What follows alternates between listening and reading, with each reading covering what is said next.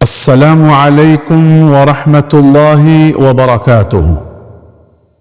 الحمد لله رب العالمين والعاقبة للمتقين والصلاة والسلام على رسوله الكريم أما بعد. قال تعالى: وإذ جعلنا البيت مثابة للناس وأمنا واتخذوا من مقام إبراهيم مصلى وعهدنا إلى إبراهيم وإسماعيل أن طهر بيتي للطائفين والعاكفين والركع السجود. ناظرین کرام، سب سے پہلے ہم اللہ رب العالمین کا شکر بجا لاتے ہیں کہ اللہ کے فضل اور اس کے احسان سے الحمدللہ ہم اور آپ اب تک رمضان مبارک کی جو عبادتیں کی ہیں، اللہ کی توفیق سے اللہ تبارک و تعالی ہماری ان عبادتوں کو اللہ شرف قبولیت سے نوازے، آمین۔ الحمدللہ اللہ کے فضل اور اس کے احسان سے ہم اور آپ جو ہیں اب آخری عشرے میں داخل ہونے والے ہیں، لہذا میں اس مناسبت سے میں سمجھا آپ حضرات کے سامنے مناسب کہ آخری عشرے کی کیا کچھ اہمیت ہے، کیا کچھ اس کی فضیلت ہے، اور آخری عشرے میں اللہ کے رسول صلی اللہ علیہ وسلم جو اعتکاف کیا کرتے تھے اس سے متعلق کچھ احکام اور مسائل کو بیان کر کے میں اپنی بات کو ختم کروں گا۔ میرے بھائیو، سب سے بڑی بات یہ ہے کہ رمضان مبارک کا یہ بابرکت مہینہ اللہ تبارک و تعالیٰ کی طرف سے تو انعام ہے ہمارے لیے اور آپ کے لیے، اور اس میں بھی خاص کر کے رمضان مبارک کا یہ آخری عشرہ، یہ اللہ تبارک و تعالیٰ کی طرف سے تو بہت بڑا گفٹ ہے انسانوں کے نام، بالخصوص امت مسلمہ کے نام۔ آپ کو معلوم ہونی چاہیے کہ رمضان مبارک کا یہ بابرکت مہینہ، جس کا ایک ایک لمحہ، ایک ایک منٹ بڑا ہی سمجھیے ہماری اور آپ کی زندگی کے اندر اس کی بڑی اہمیت ہونی چاہیے، لہذا آخری عشرے کے اندر اللہ تبارک و تعالی نے لیلۃ القدر رکھا ہے، اور لیلۃ القدر کیا ہے؟ یہ 1000 مہینوں کی عبادت سے بہتر رات ہے، ایک رات جس کا ذکر اللہ تبارک و تعالی نے کیا، اِنَّا أَنزَلْنَاهُ فِي لَيْلَةِ الْقَدْرِ وَمَا أَدْرَاكَ مَا لَيْلَةُ الْقَدْرِ، کہ یہ جو لیلۃ القدر ہے یہ کیا ہے؟ یہ 1000 مہینوں کی عبادت سے ایک رات کی عبادت یہ بہتر ہے۔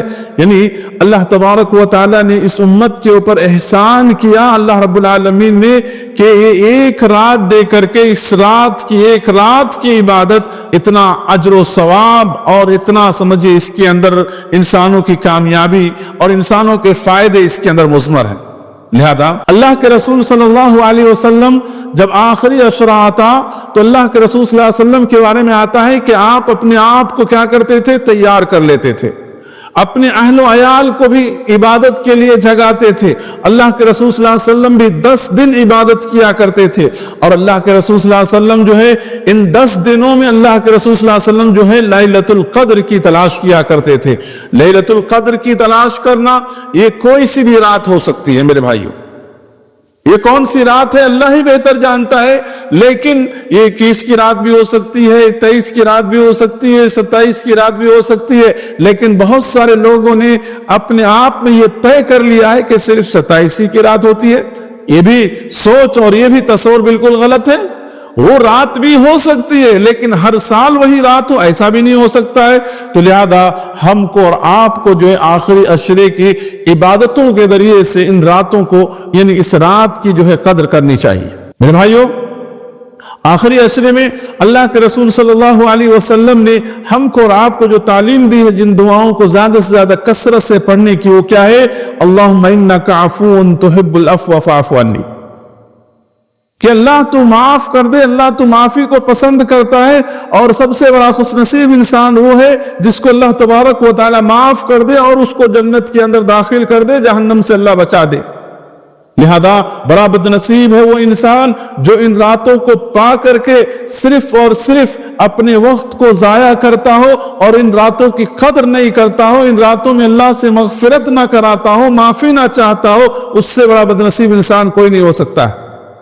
لہذا میں بڑے افسوس کے ساتھ یہ بات کہہ رہا ہوں کہ آج ہم نے رمضان المبارک کی بڑی بے حرمتی کی ہے، ہم آج دیکھتے ہیں ہمارے نوجوان لڑکے لڑکیاں مرد عورت ایک بڑی تعداد، میں یہ نہیں کہتا کہ ہر کوئی ہماری قوم کا، بلکہ ایک بڑی تعداد جو ہے رمضان المبارک کو یعنی لوگوں نے کھانے پینے گھومنے ٹائم پاس کرنے کا مہینہ بنا رکھا ہے۔ آپ دیکھو، آپ اسٹریٹ فوڈ وغیرہ کے نام پر مارکیٹنگ کے نام پر بے بنیاد واہیات طور پر رات رات لوگ مارکیٹوں کے اندر مرد کیا عورت کیا گھومتے رہتے ہیں، کھانے پینے کا صرف ٹیسٹ اور ذائقہ لیتے ہیں۔ لوگ یہ سمجھتے ہیں گویا یہی مہینہ کھانے پینے کا۔ بڑے افسوس کی بات ہے، اس مہینے کی قدر کرے، اپنے وقت کو ان چیزوں میں ضائع نہ کرے، بلکہ خوب عبادت کرے، تلاوت قرآن کرے، ذکر کرے، اللہ سے دعائیں کرے، بار بار اللہ رب العالمین سے مانگے۔ یعنی اس رات کے اندر انسان کو خوب عبادت کرنی چاہیے، اور اس کے لیے اپنے آپ کو تیار اس طرح سے کرنا چاہیے کہ انسان دن میں تھوڑا بہت آرام کر لے اور رات کے اندر انسان اپنے آپ کو بالکل چاق و چوبند رکھے۔ اور ایک بات یہ بھی یاد رکھیں کہ جب ہمیں نیند آتی ہے، ہمیں جب سستی ہوتی ہے، ہمارا جب آنکھ بند ہوتا ہے، ایسی حالت میں انسان کو عبادت کرنے سے، دعا کرنے سے انسان کو اجتناب کرنا چاہیے۔ کیوں؟ اس لیے کہ وہ اپنی زبان سے کیا کہہ رہا اس کو معلوم نہیں ہے۔ تو لہذا اس آخری عشرے کی قدر کرے میرے بھائیوں، معلوم نہیں زندگی میں ہم کو پھر سے یہ ملے گا یا نہیں ملے گا، لہذا اس آخری عشرے کے اندر جہاں ہم بہت ساری دعائیں کرتے ہیں، وہیں پر جہنم سے آزادی کی بھی دعا اللہ رب العالمین سے بار بار کرنی چاہیے۔ اللہم اعتق رقابنا من النار، اللہم اجرنا من النار۔ ان دعاؤں کو کثرت سے پڑھنا چاہیے، اور اللہ تعالیٰ ہر دن سمجھیے ہر رات اللہ تبارک و تعالیٰ جو ہے اپنے بندوں کو جو ہے جہنم سے آزاد کرتا ہے۔ لہذا اپنے حق میں دعا کرے، امت کے حق میں دعا کرے ان راتوں کے اندر، اور ان راتوں کی قدر کرے۔ انہی آخری عشروں میں سے اور ایک چیز، ایک عبادت جو نبی کریم صلی اللہ علیہ وسلم کا تھا، وہ ہے اعتکاف کی عبادت۔ اعتکاف کی عبادت، اعتکاف کا معنی کیا ہوتا ہے؟ اعتکاف کا معنی یہ ہوتا ہے عبادت کے ارادے سے، عبادت کے غرض سے آدمی کا مسجد کے ایک حصے کو خاص کر لینا، عبادت کے ارادے سے اللہ تبارک و تعالی کی رضا پانے کے لیے، اللہ کی رضا حاصل کرنے کے لیے دنیاوی چیزوں سے کچھ دنوں کے لیے اپنے آپ کو کاٹ لینا، اس کو اعتکاف کہتے ہیں۔ اب میرے بھائیو سوال یہ پیدا ہوتا ہے کہ اعتکاف کہاں پہ کرنا چاہیے؟ اعتکاف کے لیے مسجد شرط ہے، مسجد ہی کے اندر اعتکاف ہوگا، مسجد کے علاوہ باہر جگہوں پر اعتکاف نہیں کیا جا سکتا ہے۔ اللہ تبارک و تعالیٰ نے کہا وَأَنْتُمْ عَاكِفُونَ فِي الْمَسَاجِدِ، اور اللہ تبارک و تعالیٰ نے جو دوسری جگہ پر حضرت ابراہیم علیہ السلام کو ان طہر بیتی للطائفین والعاکفین والرکع السجود، جو خانہ کعبہ کو پاک صاف کرنے کا جو حکم دیا، اس میں سے ایک چیز کیا تھا؟ والعاکفین، جو لوگ اس گھر میں اعتکاف کرنے والے ہیں، رکوع و سجود کرنے والے ہیں، یہ عبادت کرنے والے ہیں، ان کے لیے ان گھروں کو پاک صاف کیا جائے۔ اب اللہ کے رسول صلی اللہ علیہ وسلم کا جو مسنون عمل تھا وہ یہ کہ اللہ کے رسول صلی اللہ علیہ وسلم آخری 10 دن اللہ کے رسول صلی اللہ علیہ وسلم اعتکاف کیا کرتے تھے۔ 10 دن یہ مسنون عمل ہے اللہ کے رسول صلی اللہ علیہ وسلم کا۔